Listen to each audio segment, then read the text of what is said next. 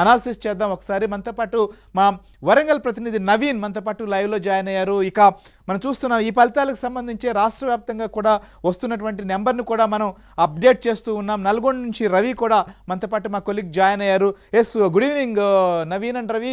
నవీన్, మొదటిగా మీతోనే స్టార్ట్ చేద్దాం. ఎలా ఉన్నాయి పంచాయతీ సంబంధించినటువంటి థర్డ్ ఫేజ్ ఫలితాలు కూడా వస్తున్నాయి కదా, ఎలా వస్తున్నాయి, ఏంటి అసలు క్షేత్రస్థాయిలో ఎలాంటి పరిస్థితి ఉంది అనేది ఫలితాలను బట్టి అర్థమవుతోంది? మీరు చెప్పినట్టు కొంత అధికార పార్టీకే ఎక్కువ స్థానాలు గెలిచేటువంటి అవకాశం కల్పిస్తుంది.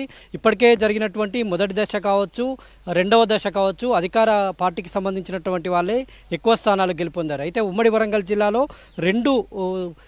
రెండు విడతలకు సంబంధించి ఇప్పటికే 1119 స్థానాలు రెండు విడతలకు సంబంధించి ఉంటే అందులో 649 స్థానాలు కాంగ్రెస్ పార్టీ గెలుచుకుంది, 329 స్థానాలు బీఆర్ఎస్ గెలుచుకుంది, మిగిలిన స్థానాలు ఇటు బీజేపీ 18 స్థానాల వరకు గెలుచుకుంది.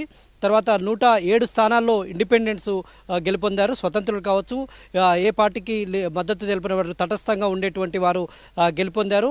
తర్వాత 119 స్థానాలు ఏకగ్రీవం అయ్యాయి. ఇది మొదటి రెండవ విడతకు సంబంధించినటువంటిది. ఇక మూడో విడతలో కూడా అదే రిపీట్ కాబోతుంది. మెజార్టీ స్థానాలు అధికార పార్టీ అయినటువంటి కాంగ్రెస్ పార్టీ కైవసం చేసుకుంటోంది. ఇప్పటికే చాలా చోట్ల ఫలితాలు వెలువడుతూ ఉన్నాయి. అందులో బీఆర్ఎస్కు సంబంధించి కొంత ఉనికిని కాపాడుకునేటువంటి ప్రయత్నం చేస్తుంటే అధికార పార్టీ మాత్రం తన సత్తా చాటుతున్నట్టే మనకు ఫలితాలను బట్టి అర్థమవుతుంది. కొన్ని చోట్ల బీజేపీ కూడా పోటీ ఇస్తోంది. తర్వాత చాలా చోట్ల వరకు అయితే ఇండిపెండెంట్లు కూడా స్వతంత్రులు, అంటే గ్రామీణ ప్రాంతాల్లో పార్టీలకు సంబంధం లేకుండా ఎక్కువగా క్యాండిడేట్ల మీద, అక్కడ ఉన్నటువంటి వ్యక్తుల మీద, వాళ్ళ వ్యక్తిత్వాల మీద ఆధారపడి ఈ ఎన్నికలు జరుగుతాయి. కాబట్టి అటువంటి అభ్యర్థులు కూడా చాలా చోట్ల గెలుపొందుతున్నారు. ఇక మీరు చెప్పినట్టు అధికార పార్టీ కొంత తమ ఉనికిని, ఎందుకంటే సహజంగానే అధికార పార్టీకి కొంత వెసులుబాటు ఉంటుంది కాబట్టి ఆ పార్టీకి బలపరిచినటువంటి అభ్యర్థులే చాలా చోట్ల విజయం సాధిస్తూ వస్తున్నారు.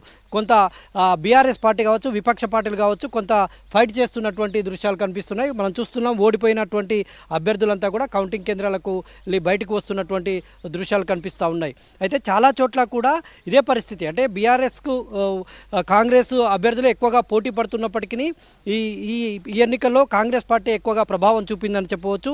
దీనికి తోడు ఎన్నికల్లో మనకు మద్యము ఇటు డబ్బు అయితే మద్యం ఏరులై పారింది గ్రామీణ ప్రాంతాల్లో. ఇక డబ్బు అయితే ఇష్టం వచ్చినట్టు ఖర్చు చేశారు. ఈ డబ్బు మద్యం ప్రభావం కూడా గ్రామీణ ప్రాంతాల్లో కనిపించింది.